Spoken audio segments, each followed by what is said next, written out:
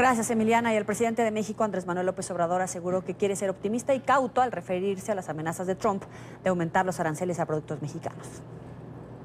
Yo estoy optimista, yo pienso que se va a llegar a un acuerdo. Nos pueden afectar, de todas maneras tenemos que ser prudentes. En esta parte del programa nos acompaña Álvaro Ramírez, analista político, especialista en opinión pública desde Ciudad de México, y Arnulfo Valdivia Machuca, en nuestro Centro Internacional de Noticias, ex embajador de México en Colombia, vicepresidente de la Confederación de Industria de México y analista político. Gracias a ambos por estar con nosotros. Comienzo preguntándoles, el mandatario le dijo a Andrés Manuel López Obrador ayer que quería más acción y menos diálogo. ¿Es solamente una amenaza o México se tiene que preparar para lo peor, Álvaro? Hola, Yoli, buenas tardes. Final del día, el presidente Donald Trump trae un gran equipo de asesores que están leyendo perfectamente lo que está ocurriendo en México con este pequeño recortes que hay al presupuesto. Si bien el presupuesto de este año era de 5 billones de pesos, pues actualmente ha sido totalmente modificado el presupuesto y enviado supuestamente hacia programas y políticas sociales, pero ambos sabemos que, ha sido enfocado hacia las obras para rescatar Pemex, para iniciar la refinería. Entonces, Trump sabe muy bien que hay una contracción del gasto público, por lo tanto, en este momento, pues, venirle a meter un arancel a las exportaciones mexicanas, sabiendo que el Producto Interno Bruto de México depende en más del 30% de precisamente esas exportaciones a los Estados Unidos, vendría a ser pues bastante complicado, pues Estados Unidos literalmente venderle a México pues no es tanto su fuerte en el mercado, ¿no? Entonces, ¿se tiene que preparar para lo peor, Arnulfo?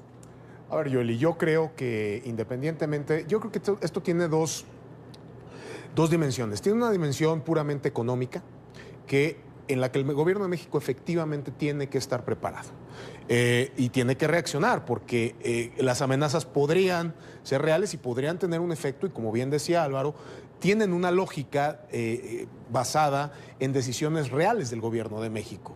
Es decir, se ha reducido y se va a reducir el presupuesto de asuntos migratorios o de control migratorio, y esto lo sabe el gobierno de Estados Unidos, y pues obviamente ante eso están reaccionando.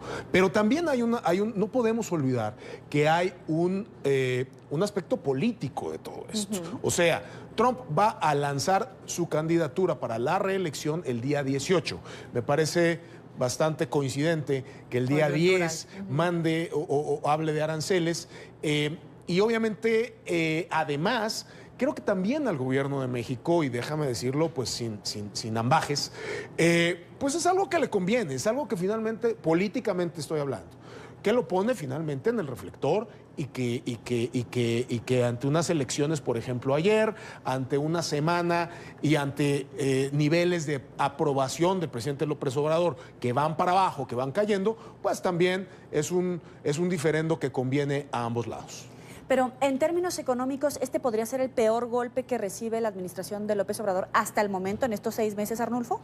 A ver, bueno, si se concretara una condición de imposición de aranceles, por supuesto que sería el peor golpe. No solo sería el peor golpe a López Obrador, sería un golpe brutal a la economía mexicana en general, pero no olvidemos que también a la estadounidense. Las cadenas de valor de norteamericanas basadas en la producción en México, y muchos de los insumos que vienen o que van a Estados Unidos para construir o para armar bienes de consumo, pues estarían siendo grabados, y eso, al final de cuentas, quien lo pagaría sería el consumidor estadounidense, las empresas estadounidenses, y yo no creo que estuvieran muy contentos o estarían muy contentos con el presidente Trump ante eso. Álvaro, pero con estos aranceles, si es que se llegan a imponer, ¿López Obrador estaría obligado a negociar su política migratoria, presionado por los propios mexicanos, los empresarios, etcétera, o no tendría nada que ver? Bueno, esto evidentemente se juega también en dos lados, porque aquí a lo interno en México pues hay un decreto mediante el cual la Secretaría de Gobernación y el Instituto Nacional de Migración pues permite la entrada de estos ciudadanos que provienen del Triángulo Norte, para que puedan ingresar al país sin necesidad de una visa, sin necesidad, incluso si no traen pasaporte pueden ingresar, y está contemplado que estos migrantes puedan quedarse en la zona fronteriza de México, Chiapas, Veracruz, Tabasco, y que al final del día puedan ser aprovechados como mano de obra. Sin embargo, aquí desde el Congreso de la Unión se ha hecho la propuesta de que precisamente se pueda regularizar la entrada de estos migrantes y saber, bueno, si tú eres un migrante que tu único objetivo es irte hacia los Estados Unidos, bueno, pues ponerte un periodo de tiempo, ¿no? Sin embargo, aquí dentro del Congreso, la Comisión de Asuntos Migratorios pues trae un tema interesante allá adentro, porque hasta el momento el mismo Instituto Nacional de Migración no tiene datos a veces y se ha buscado modificar la ley y no se ha podido llevar a cabo. Aquí hay un dato importante, por ejemplo, el Colegio de la Frontera Sur, que es, digamos, el especialista en los estudios en cuanto a la migración del sur hacia el norte, pues ha traído mejores datos incluso que el Instituto Nacional de Migración. El Colegio de la Frontera Sur sabe con exactitud cuáles son las enfermedades que han traído estos flujos de migrantes, y el Instituto Nacional de Migración pues no posee información. Entonces, creo que estamos hablando de un doble discurso, porque hace rato ustedes señalaban que ha habido alrededor de 80,000 detenidos y deportados. Eso a lo interno, evidentemente, no sé, yo hasta ahorita la verdad no tenía conocimiento de esa información, y me sorprende mucho porque a lo interno se dice que en México los migrantes están libremente, ¿no? Andan campantemente y no pasa nada. Hay oposición al interior de la propia comisión por parte de diputados chiapanecos de Morena, que piden con urgencia que el gobierno literalmente los detenga y los deporte. Entonces, creo que por eso digo que es un doble discurso. Hacia lo interno quieren quedar como los defensores de los derechos humanos, pero hacia lo externo van y le dicen a Trump que sí están deportando. Entonces, yo creo que ahí hay un tema muy interesante y que habrá que estar revisando. Muy importante este punto que destaca Álvaro, porque yo tampoco había escuchado una cifra puntual del gobierno mexicano diciendo que había deportado a migrantes centroamericanos. ¿Va a tener que cambiar su discurso o su política? A ver, lo que va a tener que cambiar, y estoy totalmente de acuerdo aquí con Álvaro, es el posicionamiento básico en torno al tema migratorio. O sea, hoy no hay un posicionamiento, hay un posicionamiento ambiguo, hay una postura absolutamente ambigua en términos de decir: dejamos pasar a los centroamericanos, somos un país que reconoce el derecho de tránsito, un derecho que por cierto no existe, Joely, porque tránsito es de ir del punto A al punto B. Si en medio del punto A y el punto B hay una frontera y hay un muro que tú no controlas, entonces no hay tránsito y por lo tanto no hay derecho. Y ahí están los problemas en Tijuana, ahí están los problemas en toda la frontera de Tamaulipas, etcétera. Y ese discurso que han venido defendiendo muchos de los grupos favorables a López Obrador y que lo ayudaron en la elección a llegar, o que digamos son parte de esta coalición de gobierno, pues obviamente no permitirían que se echara marcha atrás, pero al mismo tiempo lo que vemos y empezamos ya a ver son las consecuencias prácticas y las consecuencias reales de un discurso ambiguo y de una falta de definición clara sobre cómo vamos a atender el flujo de los indocumentados, de las personas indocumentadas que entran y pretenden transitar por México. Es decir, Arnulfo, que va a tener que terminar con su discurso de soy amigo de todos, porque si no los propios mexicanos también le pueden reclamar. Permites la migración, permites este tránsito, como el gobierno de López Obrador lo menciona, pero al final está impactando en la economía mexicana, al empresariado mexicano. Pues es que eso es maravilloso decirlo en campaña. Es que tú en campaña lo que tienes que hacer, sí, para ser buen candidato, pues es decirle a cada quien lo que le quiere escuchar. Y eso fue lo que hizo el presidente López Obrador, el hoy presidente López Obrador, durante su campaña. Ir a decirle a cada audiencia lo que cada audiencia quería decir. Pero eso, cuando tú llegas al gobierno y tienes que tomar decisiones y tienes que llevar adelante decisiones de política pública, pues no tiene ni pies ni cabeza, ¿no? Ahora, hablemos de las elecciones que se llevaron a cabo en 6 estados. Las dos más importantes era por la gobernatura. Andrés Manuel López Obrador y su partido, Morena, gana la gubernatura tanto en Puebla como en Baja California. ¿Está consolidando su poder político en estas elecciones, Álvaro? ¿O qué está pasando? Mira, yo creo que ahí ocurre algo que hace rato platicaba con unos amigos, precisamente asesores del PAN, en la que ellos hablaban de que en México se está votando en contra del mismo sistema. O sea, la gente no está eligiendo a Morena por ser verdaderamente una mejor opción. Más bien están castigando al PRI, están castigando al PAN.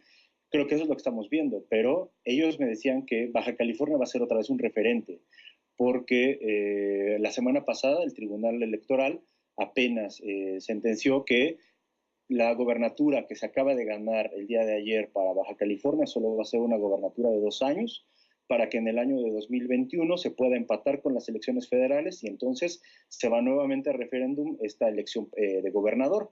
Y ellos lo que me decían es, los baja californianos son muy severos para castigar y para premiar a los gobernantes. Entonces, si Morena, porque además también parte de este análisis era esto, ¿no? Ahorita Morena pudo haber ganado sí 2 nuevas gobernaturas, pero se abren 2 nuevos frentes. ¿Por qué? Porque hasta ahorita el gobierno de Veracruz, gobierno de Ciudad de México, gobierno federal, gobierno de Morelos, se han estado escudando en esta retórica de decir, es que todo estaba muy mal, es que todo es culpa de las administraciones pasadas. Bueno, pues ahora tenemos 2 nuevas gobernaturas, Baja California y Puebla, que seguramente se van a meter en este discurso con el que se han estado buscando lavar las manos, y evidentemente todo esto va a empezar a tener un desgaste, como bien lo decía Arnulfo.